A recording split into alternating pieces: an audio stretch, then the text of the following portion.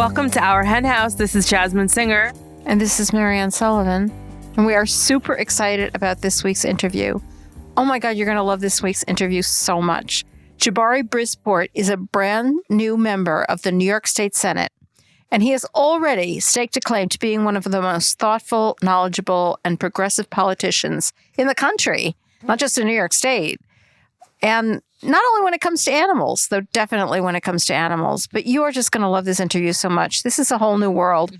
And it's giving us so much hope. Yeah, he totally gave me hope. I can't even believe he's a politician because he's so badass. Anyway, on the Flock bonus segment, I will be continuing my conversation with Senator Brisport. So as always, if you're a Flock member, you'll get a link to the bonus segment in your email on Tuesday. And you can also find it on the Flock Facebook group. And if you're not a member of the Flock, consider joining if you're able to at ourhenhouse.org/donate. It's $10 a month or $100 a year. And we're still doing our Flock Fridays. If you are a member of the Flock or you become a member of the Flock, I hope you can join us. They are Zoom calls at 4 p.m. Eastern every Friday. And sometimes we have guests and sometimes we just talk about stuff. Last time we talked about, we had kind of a show and tell about activism. It was really, really good. A lot of art, a lot of people, either other people's art or their own art. We always end up talking about how to shift our activism as well as how to take care of ourselves in these times and actually in any time. So if you're a member of the Flock, check out the Flock Facebook group for updates or write to us at info@ourhenhouse.org. So before we get to the interview, there were a few things we wanted to chat about. Let's just take a moment to sort of acknowledge the fact that the wonderful Cloris Leachman left us this week, which was so sad. Yeah, I mean, some of you probably, if you're younger, you may not even know her, but I love Cloris Leachman. She was well known for being on the Mary Tyler Moore Show years and years ago, but also in a lot of Mel Brooks movies. And she was a passionate animal activist and vegan and one of the funniest women on the planet. Well, one of the funniest people on the planet. Also, we lost Cicely Tyson this week, and I actually did not know. I mean, I love Cicely Tyson. I loved her acting, but I did not know until I saw her obits that she was vegan. Some said vegetarian, some said vegan, but, I don't know her reasons. But she did say in one interview that she went vegetarian after Martin Luther King was killed, which just made me feel that there was something political about it. Anyway, Also just a wonderful actress and two women in their 90s, really an era passing. You know, when I was reading about Cicely Tyson, I was reading her obit in the New York Times. And like 2 weeks before the obit, the New York Times had run an interview with her, which I was like, oh. So I decided to read that, well, in addition to the obit, but it was just so lovely she had such a great energy and joie de vivre. And I would love to get that for myself because I'm usually just irritable and cranky. Yeah, you are. So that would be a good idea. Maybe this will be an inspiration. And I think everyone should watch Young Frankenstein this week as a salute to Cloris Leachman. Good idea. So funny. All right, another horrible, horrible thing several deaths that happened this week was this incident in Georgia, at a poultry plant in Georgia, where 6 workers died after there was a liquid nitrogen release. And it just brought, of course, whenever these things happen, it brings up so many feelings. But I noticed it in particular because I saw several posts on some fucking social media crap that said, not that the posts were crap, but criticizing vegans for taking pleasure in the deaths of these workers, which I didn't see any of the original posts, or I don't know whether there were original posts or they just assumed that would happen, because it certainly has always happened in the past. I was actually really surprised that it's still happening. And I was wondering, do people really act so stupid that they would take pleasure in these workers, these poor people who have to work at these horrible places? It made me start thinking about a whole lot of things about, because I think we've all been thinking about how animal activism fits in to all of the activism that's going on now among and certainly all of the deaths in the slaughterhouses of people during outbreaks of COVID-19 has made us think about the same things. And, of course, I don't want workers in slaughterhouses to die. They're I mean, of course, they are working horrible, horrible jobs, and nothing is their fault. They're just trying to stay alive like the rest of us. They may not be on our side, but they're hardly the enemy. Mr. Tyson or whoever are the principals are the enemy, I would say, and they never get near the floor of the slaughterhouse. Right. But it did bring up this whole, series of thoughts about this is going to be a time of unbelievable social change. I think everybody knows that. Like, things are just, it already is. I mean, all the Black Lives Matter protests this summer and just the spirit of the country, people feel understandably extremely aggrieved, and there's going to be changes. And how do you keep animals in that without acting like all you care about is animals, you don't care about people? But how do you avoid the fact that animals frequently do get left behind? Is that something you've noticed? Yeah, I have noticed it, and I don't know the messaging here. I don't know the right way to move forward. I feel really passionately about a lot of different social justice issues, and when I'm in other social justice areas that aren't animal rights, I feel really out and proud about being vegan. And when I'm in animal rights circles, I feel really out and proud about being a lesbian and about being an anti-racist. And I think all we can do is move forward with authenticity and integrity to the animals and to all of the many individuals who are oppressed as a result of the highly, highly toxic animal agriculture industry that impacts so many individuals. And to not forget about the animals in the process, because then we're kind of becoming somewhat speciesist as well as all of the other isms that we inhabit as we continue to oppress marginalized individuals. So how do we accomplish this? I think we stand in our truth as animal protection advocates who are also many other things, hopefully, including anti-racist and many other activist identifications. But let's not forget about the animals along the way, because they're suffering and they're dying. And I do think that they're being left out of the equation. It doesn't have to be an either or. Yeah, exactly. And I think this is an area where it gets really hard. I mean, most of us are used to being the one person in the room or one of the few people in the room who bring up the animals. But I think that gets really more difficult when everybody else in the particular room you're in is fighting for social justice, but they are leaving the animals out. And it's very easy to be seen as a person who only cares about animals. And who does, it's also easy to be seen as a person who doesn't care about the workers, because those workers, are not vegan, and those workers may be supportive of the chicken industry. And that doesn't mean we want them to die. And it doesn't mean that we're not strongly in favor of human rights and social justice in all those areas. But I do feel that there can be a lot of pressure to downplay the animals in times like these. And it's a delicate march. But, we do that all the time. When you were originally talking about it a few minutes ago, I kept thinking in my head of the saying, don't shoot the messenger. And, in this case, if you give yourself creative license to interpret that saying a little bit more broadly, the messenger in this case might be the slaughterhouse worker, and don't shoot him because, in a lot of ways, he's just part of this really oppressed system. And, well, yeah. And that's actually something that Senator Brisport and I discuss a little bit in the interview, because he, like us, is very multi-pronged in his approach to social justice. And you'll see that he fights hard for animals, but he's also very involved with a multiplicity of other movements. And I found him so inspiring. This is a perfect conversation. I hadn't planned it that way, but a perfect conversation to introduce this speaker, and to think, as you were just pointing out, to think always of the intersections between these issues. When the animals are oppressed, there are generally people oppressed along with them, and we know that's true of animal agriculture. So let's get to that interview, because you guys probably had a great conversation about it. So Senator Jabari Brisport is a Democratic socialist, and he represents New York's 25th State Senate District. And until becoming the first LGBTQ plus person of color to serve in New York's legislature, he was a public school math teacher. Don't you just love that? Mm-hmm. So Senator Brisport became an activist more than a decade ago when he began organizing efforts in support of a bill to legalize same-sex marriage in New York, and continued his activism as part of the early Black Lives Matter movement. He has also been a vegan and animal rights advocate for many years and believes that all living creatures are deserving of dignity and legal protections. And he'll be joining Jasmine right after this. I'm so excited. Hi, our Henhouse gang. I'm Kimberly Carroll from Animal Justice in Canada, and we're doing a really exciting new project that I thought you folks might be interested in because you all like learning cool stuff and you like good vibes. It's called Animal Justice Academy, and it's a free 6-week online advocacy bootcamp to empower people to make a better world for animals.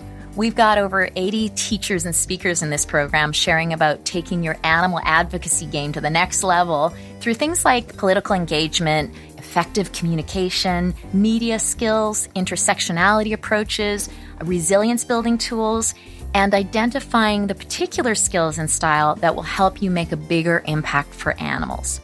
So far, we've got almost 5,000 people enrolled in the program, and we are having such an amazing time. So many aha moments, nurturing community building, and some powerful collective action. You can join us by signing up at animaljusticeacademy.com. Hope to see you in there. Welcome to our Henhouse, Senator. Pleasure to be here, Jasmine. Thanks for having me. I'm very excited to chat with you. We've all been excited for so long. And you just got elected to the New York State Senate, so mazel tov. I'm Thank so you. excited. I'm a New York resident, so I'm even more excited. Tell us a bit about your district and why you were the right candidate at the right time. So my district is the 25th State Senate District. That's in Brooklyn. It's like central Brooklyn, all of Bedford-Stuyvesant. It's Fort Greene, Clinton Hill, Prospect Heights, where I grew up. It is also stretching out onto like the coast with Red Hook and little bits of industrial Sunset Park. Touches a bunch of neighborhoods. And I was the right candidate because our district and our community was really struggling, from multiple forces. Over-policing, from a housing crisis, from lack of quality education or lack of well-funded education.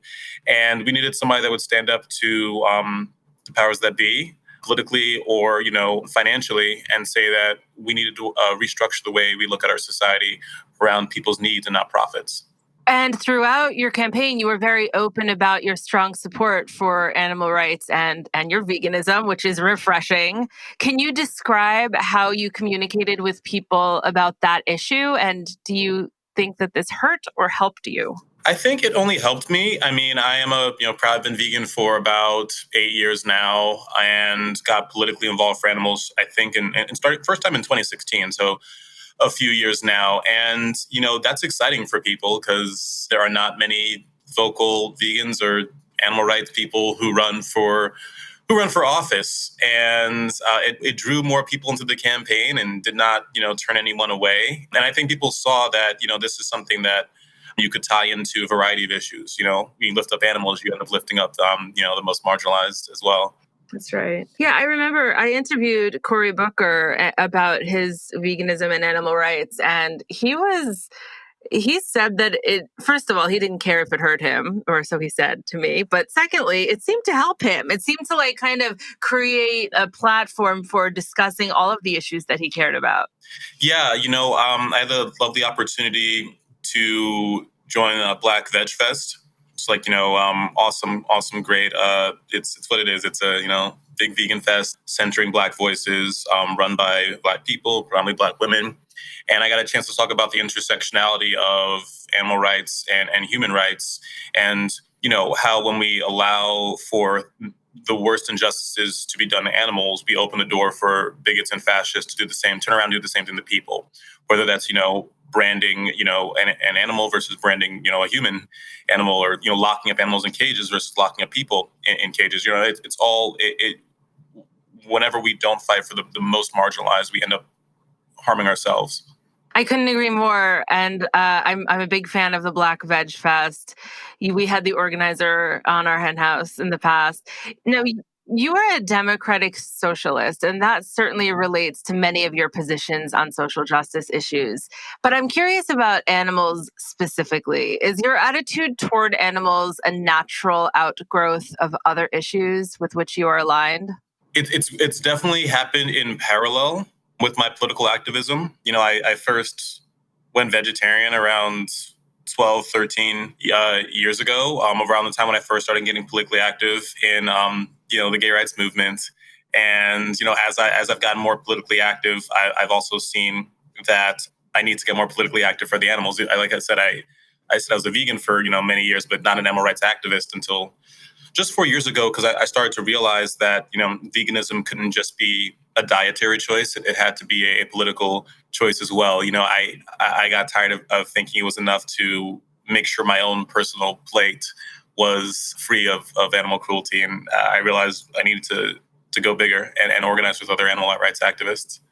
Well, that's thrilling to hear. I too joined. It's not like I got a club card, but I joined the animal rights movement by way of the LGBTQ movement. And the LGBTQ beginnings of my journey definitely informed the way I go about my animal rights activism for the past 17 years. So I think there is like a sort of natural route from one to the other. And once we start to recognize the ways that we're marginalizing certain communities arbitrarily because of these like mindsets, such as you are here for my use or I can do what I want to you, it's like a natural progression to vegan. Yeah, well, I appreciate that perspective. And do you expect the Democratic Socialist Party and some of its iconic representatives, such as Bernie Sanders and AOC, to expand their thinking regarding justice for animals? I mean, I think it's only inevitable. I do remember, a lot of socialists and or vegans getting upset with Bernie for, really supporting the dairy industry.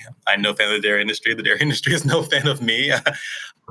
But I do think that as you dive deeper into these, you start to realize how all connected it is. Like, I did not always start out as a socialist. I progressive, lefty, liberal, and ultimately realized that the ideals that I wanted for society could not be achieved under capitalism, but a democratic socialism instead.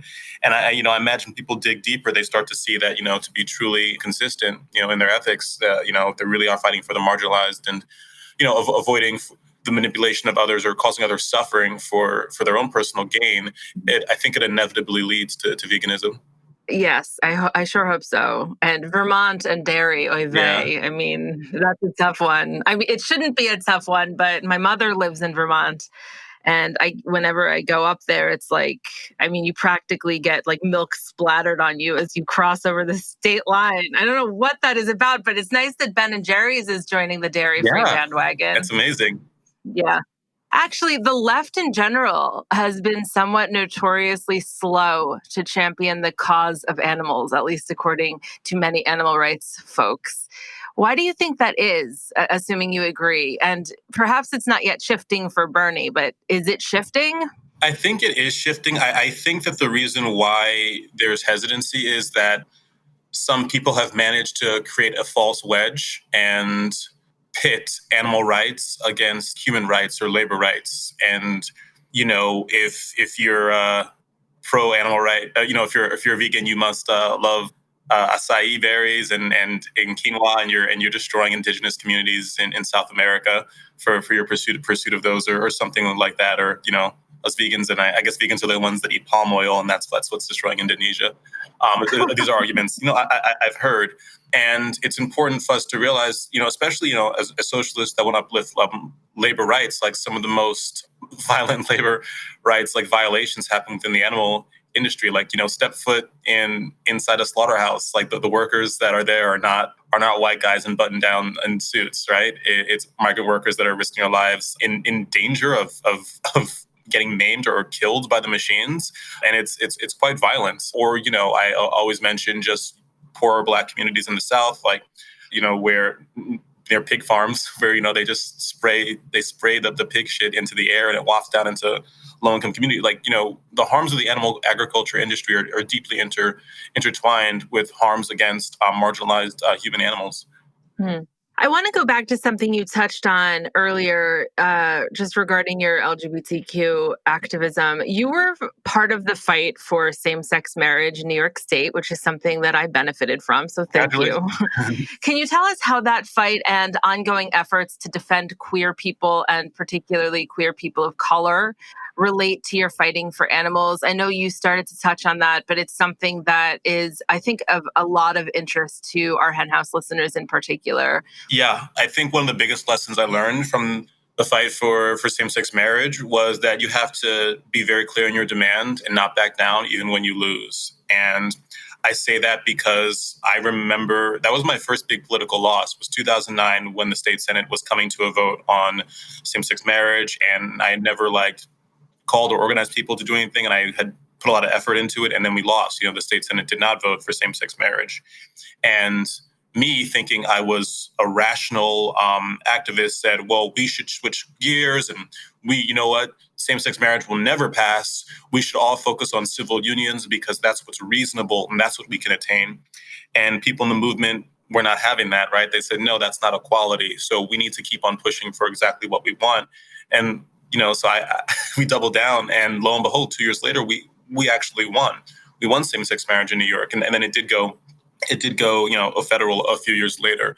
So that's tied into my politics of saying, like, I don't moderate my positions, from the get-go. I say exactly what I think we need for our society. And I keep advocating for that, even if it means losing the first time. I actually lost my first race when I ran for office and came back again and, bigger and bolder, and we won.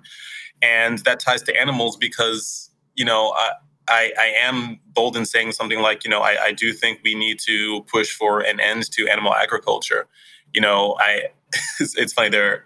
I just discovered dairy Twitter for the first time a few weeks ago, and they've been circulating a clip of me from a few years ago saying that the dairy industry needs to die.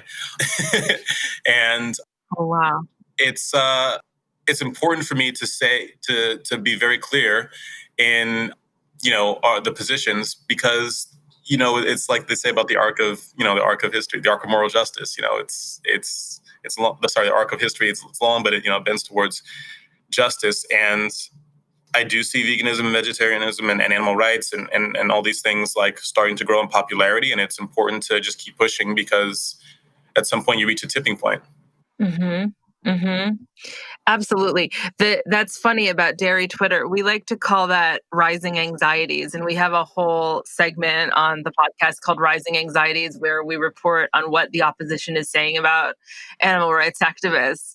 We don't even have to provide much commentary because usually just like the title says it all. It's comical, really.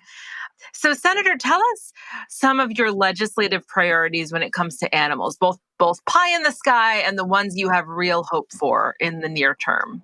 So I think in the near term, there's one that's going through the state legislature now, which is, you can loosely think of it as a puppy mill ban, but it's a ban on the sale of cats, dogs, and rabbits, I believe, in pet stores to encourage people to adopt, don't shop. And I think that's going to pass.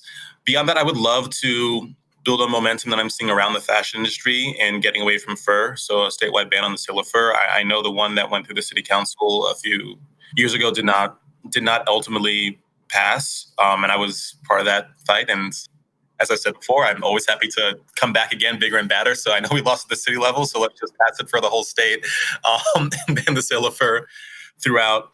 And then I think the biggest reason why the dairy industry hates me is that I have not drafted the legislation yet, but I have proposed a way to shift dairy farmers off of dairy. We call it like a just transition program, but it would basically take the money that currently goes into subsidies and use it to help dairy farmers transition into using their farmland for basically anything else, right? If they want to grow a non-dairy milk, sure, or maybe they just want to grow hemp, or if we legalize marijuana, they want to grow wheat, But it would be funding to help them transition, and I think many can get on board with that since the dairy industry is cratering, and I think many want to leave the industry but don't have the means or the ability to do so. Well, that's exciting. I would wear that proudly, the dislike of the dairy industry. I know I have on my list here that you also want to outlaw cruel animal farming practices and teach humane education in schools and end classroom incubation projects. I read that you want to ban traveling rodeos from performing in New York and cease the slaughter of animals in live markets and ban wildlife killing contests. So you are a man after my own heart. Yeah. I moved here. I was living in LA for the last 4 years, and specifically I was living in West Hollywood where fur was banned. Yeah. So, yes. I mean, if it could happen in the land of the rich and famous and fabulous, then it could happen here. So, Senator, you just got put on the Agriculture Committee. How did you pull that off? And what do you expect to be able to accomplish there? I asked for it and I got it. And I do think a lot of things will move through that committee. I think especially this transition for dairy farmers out of the industry will come through that, but also anything dealing with like hunting or the way that animals are treated on farms themselves. I think we'll move through that committee, and I'm excited to be a vocal advocate for them there. And then that is going back to that's. I think that was the first time the dairy twinner got mad. They're like, "What is that vegan doing on the agriculture committee? Who did this?" Yeah, what do they think about you on the committee? They think I'm a threat to the dairy industry, and I am a vegan that thinks that we need to reach a world where we have moved beyond animal agriculture. So they can see me as a threat, or they can see me as a partner to help them do something more ethical. I just interviewed Miyoko Shinner, and she was talking about ways that she is trying to create programs to help dairy farmers to transition into plant-based agriculture and to really incentivize them and give them all of the tools they need. So I think there are some powerful forces out there who are not only, trying to bring dairy down, which we don't need to help them do that. They're doing that all by themselves, but to really help boost them up so that they can also thrive and create a much more sustainable platform in plant-based agriculture. Yeah, I agree. So do you think that given the difficulties that dairy is facing, there is a real possibility with government support of ending the industry while still providing this safe landing for dairy farmers? I do think that we need vocal vegan voices in that conversation, because what has been the status quo is that the dairy industry has been failing for a while now, but the status quo has been to say, oh, well, we'll just give them more money. We'll throw more money at the problem, more tax credits, more, bailouts, more this, more that. And it comes a time to say that if we're giving them money, let's give them money to transition. We wouldn't give money to the typewriter industry just because, computers and laptops came around. People are moving on, and like consumers are moving on, but also the industry is just, I think, not sustainable anymore. And, we need to help the workers move on as well. And also just, even just thinking about their own mental health, dairy suicides are on the rise because they cannot make a living. And I think we have an obligation not just to the animals, but also to the workers who are truly struggling and want to escape from this industry. Absolutely. I spoke with, that was one of the things I spoke with Miyoko about, was the increase in suicide rates amongst dairy farmers. So yeah, we need a multi-pronged approach for sure. And I had mentioned this, I had touched on this earlier, but you are in strong support of humane education in schools, which is, of course, mandated in New York, but frequently not actually implemented.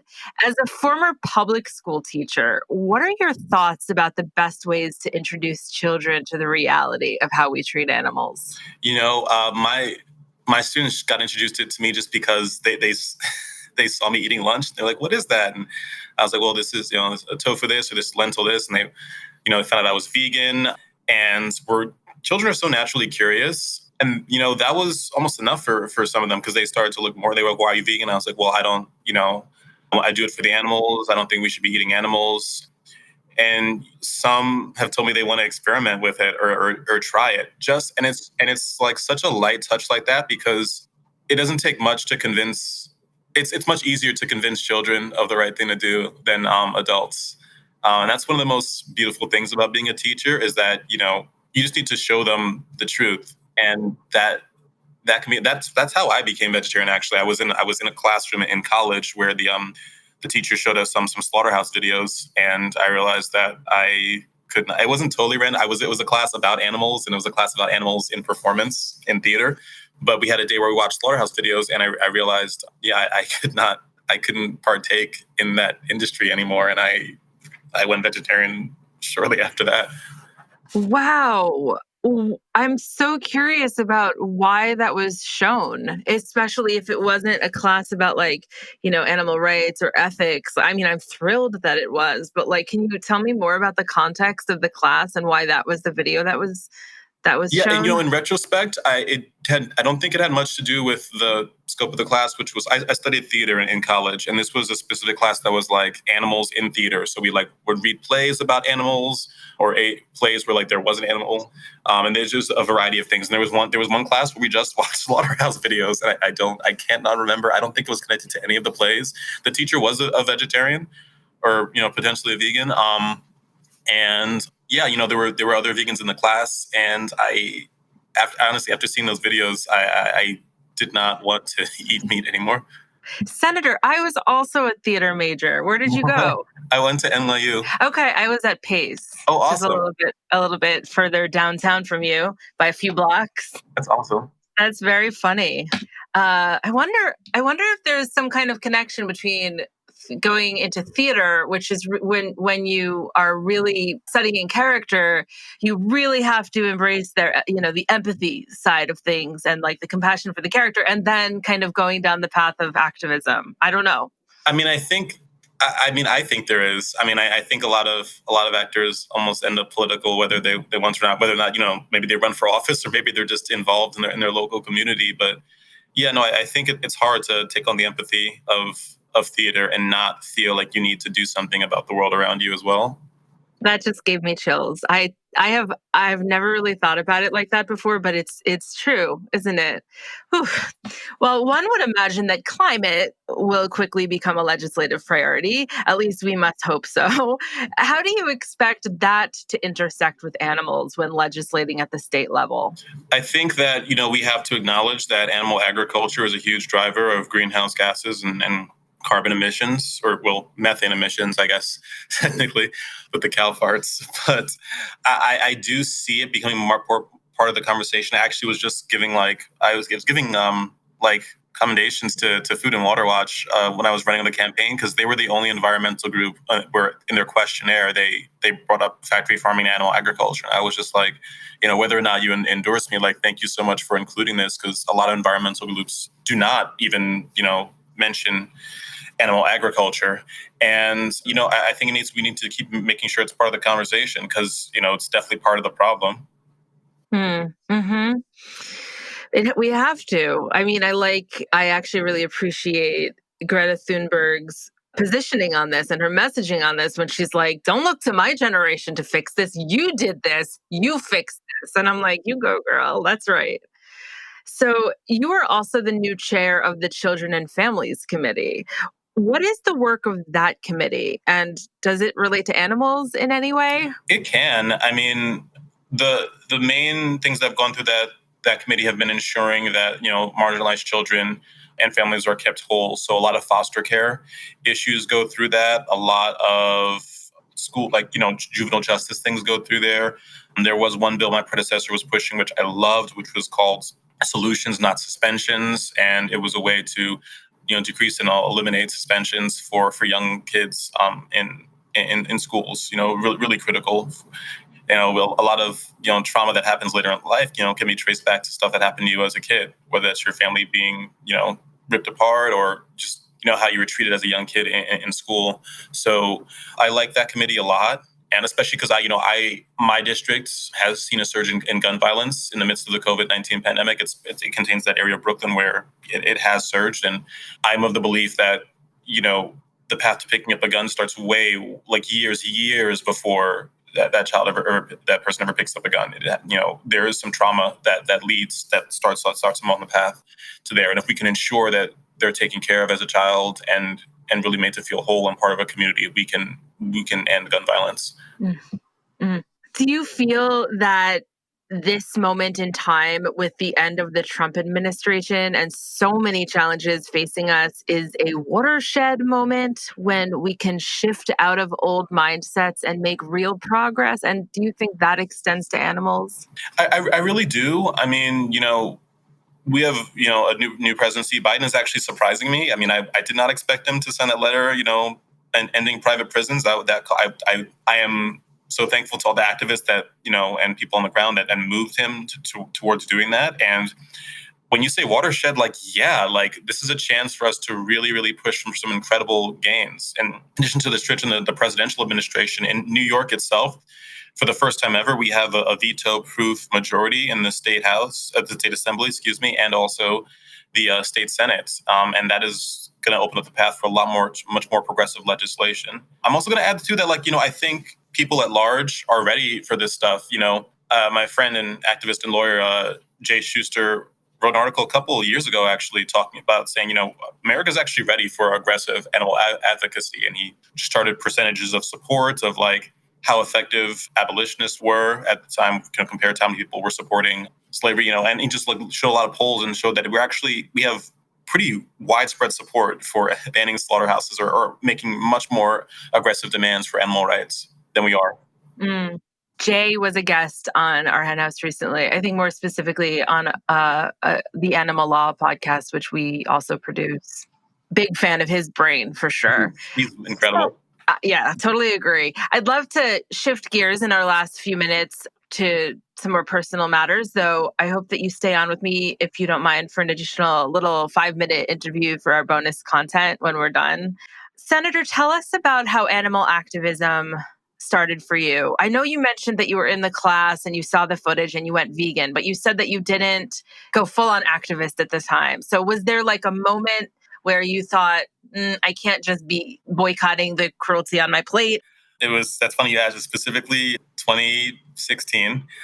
There was a big conference of various animal rights groups in New York, and I forget the name of it. And, what's funny to me in retrospect is that the stated goal was to bring animal rights groups together on shared goals and shared visions, because apparently, many organizers had felt there was too much division within the community. And I wasn't even in the community, so I didn't know anything about the division. I just saw all these amazing groups that were fighting for all these different things, chatting with each other. And I believe we signed letters. I split off with one group to sign letters to a business to, stop contracting with some nasty animal provider.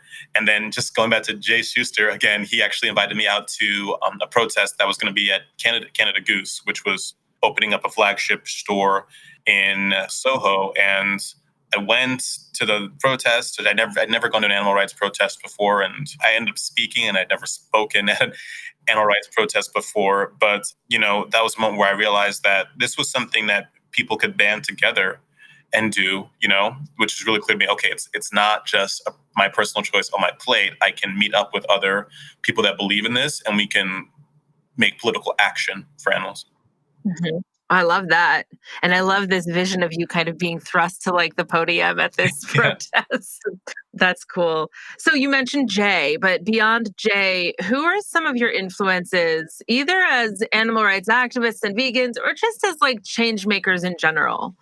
I follow a lot of vegan bodybuilders on Instagram, which is very inspiring for me, because they're doing it in that way by really dismantling notions of what entails masculinity and what exactly a vegan looks like. So incredible people like Nimai Delgado is I follow John Venus a lot, even though he left veganism for a bit and then came back. But aside from that, I really am a fan of Omawale, who I think you said you had on for Black Veg Fest, who's also ripped. But I think people should know about his great political activism with Black Veg Fest and really finding intersections of Black liberation and veganism. And I take a lot of inspiration from someone who I served with on VFAR, on Voters for Animal Rights, Allie Taylor, who is an incredible activist in New York and just a powerhouse of fighting for the animals. And it is really great to draw inspiration from people like that, because it kind of keeps me centered in why I'm doing this. Mm. Also, just an incredible activist. I also was on our Henhouse recently. So I'd love it if you would stick on with me for just a few more minutes for our bonus content. But for our main interview, I just wanted to say thank you so much for joining us at our Henhouse. And could you please tell us how we can follow you online and support your efforts? Sure. You can find me on Twitter at Jabari Brisport. And you can email me at my Senate email, which is brisport@nysenate.gov. Thank you so much, Senator, for joining us today. I wish that there were more politicians who were on the side of the animals, but I am given a lot of hope that you are doing that. Thanks, Jeff. Appreciate it. Greetings, everybody. This is Jasmine Singer, and I wanted to make sure you knew about my new book, The Veg News Guide to Being a Fabulous Vegan. Look good, feel good, and do good in 30 days. Want to be fabulous? Go vegan. Maybe you're interested in it for the food, maybe it's the animals, or maybe climate change has got you thinking. Whatever your reason, maybe you don't quite know where to start. After all, doesn't going vegan mean you have to give up tasty snacks and cool shoes and a sense of humor and your leather couch? Nope, no way, and well, eventually. Covering everything from nutrition, you will get enough protein, promise, to dating, vegans have better sex, it's true. To fitness, you want to lift a car over your head? Sure. I am joining with the team at Veg News to bust all the myths and giving you all the facts about a plant-based lifestyle. With 30 easy recipes to get you started, the Veg News Guide to Being a Fabulous Vegan will help you adopt a vegan lifestyle that's better for you, the animals, and the planet. And what's more fabulous than that? Get your copy today wherever books are sold, or go to jasminesinger.com/fabulous. Remember, there's no E on Jasmine. It's JASMINSINGER.com/fabulous. The Veg News Guide to Being a Fabulous Vegan. Anxieties are rising. Warning, activists targeting plant employees. I love it when I find out from doing this segment on anxieties rising about new things that animal activists are doing or are claimed to be doing. I'm not sure whether it's true or not. But this is from the Animal Ag Watch column by Hannah Thompson-Weeman. And according to her, as the title points out, animal activists are targeting plant employees, i.e. they're trying to develop whistleblowers. And as she starts off saying, it may be a new year, but animal rights activists are up to their old tricks and learning some new ones. Hannah never misses an opportunity for a cliche. She's talking about whistleblower outreach efforts. She puts it in quotes, of course. And ALDF and Direct Action Everywhere are the two organizations that she points to that are trying to work on getting workers to talk about what's going on inside, quote unquote, meat plants and factory farms. They claim to be working to help, this is a quote from Hannah. They claim to be working to help farm and plant employees report concerns about anything from animal welfare to COVID-19 protocols. But in reality, their efforts are focused on finding new ways to get intel to support their long-running campaigns against animal agriculture. Well, yeah, those are the same things. Getting info on what's going on in animal welfare and COVID-19 is the same thing as finding new ways to campaign against animal agriculture. So that's a confusing sentence. She points out underhanded tactics, such as activists using social engineering. What the hell is social engineering? To strike up relationships with plant employees in order to get information. Online relationships she's talking about, some even romantic. Okay, I have no evidence, so I'm not going to try to refute that. Bars, apparently everybody's willing to get COVID in order to do this. And trying to get employees to seek out, to give them information about plant operations or get referrals for employment. And we have also heard, she says, recent reports of animal rights activists approaching plant employees with flyers, soliciting participation in surveys or interviews. Wow, how underhanded, giving them flyers, asking them to be interviewed. That's really sneaky. So she's very upset about this, of course. One of the things she suggests is a confidentiality agreement. If your employees are under a confidentiality agreement, which they should be, isn't it interesting that every single low-level employee at a slaughterhouse or factory farm should be signing a confidentiality agreement? Wow. Make sure to offer reminders about the agreement and that they should not be sharing proprietary information about your business with anyone. She's not talking about really proprietary information here. She's talking about illegalities, but, what the hell? Don't share anything is basically the theme. Encourage workers to direct any inquiries they receive about participating in surveys or interviews about their job to management for vetting. The Alliance, i.e. the Animal Agriculture Alliance, can assist with this. Always there to help, that old Animal Ag Alliance. These efforts, she goes on to say, are not about hiding anything or avoiding transparency. No, not at all. Of course not. It's about protecting your business. Isn't it about protecting your business from transparency? What would be revealed if you were transparent? And the industry as a whole, from groups who have demonstrated time and time again what their end goal is at ending animal agriculture and meat consumption, and just how far they are willing to go for it. Break-ins, thefts, installing recording devices, impersonating company leaders. The list goes on. Well, actually, what she's talking about here is trying to get some information. Not really on that list, but, whatever. All right. Also from Meeting Place. This is the Pearls and Pork column by Angie Krieger. Pearls and Pork. I don't know whether she actually has a high voice. I don't know why I think she does. Looking back, and there's nothing wrong with high voices. I should say that. I shouldn't be criticizing either appearance or sound. Looking back, the pandemic, pork proliferation, and plant protein players. That should be a tongue twister. There's so many P's in there. All right. People still like meat, she says. She's looking back over the past year. They like options, and sometimes those options include alternative or plant-based proteins. Okay, cool. You read that right. I'm not having a heart attack over non-traditional players in the meat space. And then she proceeds to spend the rest of basically having that heart attack.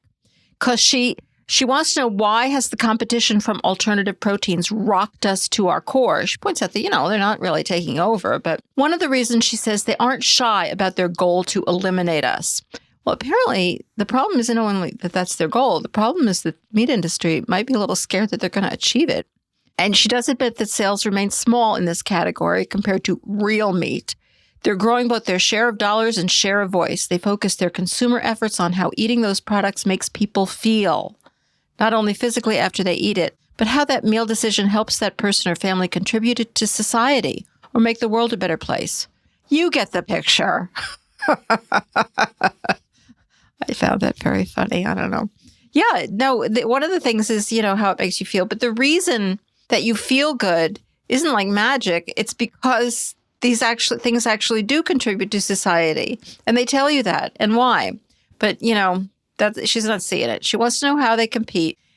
And she points out that regurgitating nutrition facts isn't working. And what should we do? How do they connect with consumers? Simply put, this is not about science. It's about making an emotional connection with consumers who look much different today than 10 years ago. Interesting. Actually, it is about science. And the feeling good, the emotional connection is based on the science and the facts. Missing the picture here, Angie. I guess they kind of have to miss the picture too, don't they? All right, this is an interesting one. Also from Meeting Place. We should be testing more, not less. This is from the Legally Speaking column by Sean Stevens. And he's always concerned about food safety, as well he should. He's talking about the swabathons that the FDA and increasingly the USDA have been doing in meat plants, as we like to call them, or we don't like to call them. They come in and they collect at least 100 samples from drains, ducts, processing equipment, any other place pathogens might hide. I wish they were doing a little bit more of that, but they apparently are doing it sometimes. And, quote, in the unfortunate event that a positive sample matches an illness or illnesses in the database, FDA will likely insist on a recall and or initiate other aggressive enforcement actions, even if the illnesses occurred years ago. What do you mean, even if the illnesses? Like, if the germs are there, they could occur again. What does that mean? Maybe it means something, I don't know. Worse yet is the potential for criminal charges being brought against a company or its executives, which is an additional risk that has become increasingly likely in recent years. I wonder why it's become increasingly likely. Is it because the FDA and the USDA have been so rigorously enforcing these laws under the Trump administration? Or is it because crimes are being committed? No, I have no way of knowing. Of course, there may be risks. This is my favorite part. Of course, there may be risks associated with conducting this type of facility-wide investigation, and it is important to protect any potential and compromising information, lest it be used against you by plaintiff lawyers or regulators, i.e., if you find these germs in your facility and you don't get rid of them and you make people sick, you could get sued, as well you should be. To safeguard this type of information, companies can work with their attorneys, who can direct the types and locations of sampling, thereby shielding the information through the use of the attorney-client privilege. Oh my God. Like he's admitting here in print that they should like drag attorneys in and make them part of this process. It just seemed to me like directing the types and locations of sampling shouldn't be done by lawyers. As a lawyer, I can tell you that's not something you learn in law school. They should maybe be done by the scientists, but no, get it done by the lawyers. And then you can pretend there's attorney-client privilege. And he's admitting this. What? That's it for this week's Rising Anxieties. Well, that's it for this week's show. As always, if you like the podcast and you're able in these difficult times, you can support us by joining our flock at ourhenhouse.org/donate for $10 a month or $100 a year. Or you can make whatever donation you're comfortable with. Another great way to support us is to leave a fabulous review on Apple Podcasts or wherever you're listening to podcasts, or like us on Facebook. You could also leave us a review there or follow us on Twitter or Instagram at @ourhenhouse. If you shop on Amazon, you can use Amazon Smile using Our Hen House as your favorite charity. And of course, tell your friends about us. If you're one of our listeners who already supports us, thank you so much. And thank you to my co-host, Marianne Sullivan, and to Jen Riley for her work in producing this podcast, and to composer Michael Herron for the music. Thanks to Podcast Haven for their work editing this podcast, and to our production assistant, Jocelyn Martinez. We will be back next week with a brand new show, so don't forget to subscribe in Apple Podcasts or Spotify or wherever you listen to podcasts. If you're a Flock member, remember to check your email or the Flock Facebook group on Tuesday for your bonus content, and join us on Fridays for Flock Fridays, where we do some really cool Zooms that you'll want to join. Thank you so much for tuning in. I'm Jasmine Singer, and be safe out there. Social distance, stay home, wash your hands, and listen to podcasts.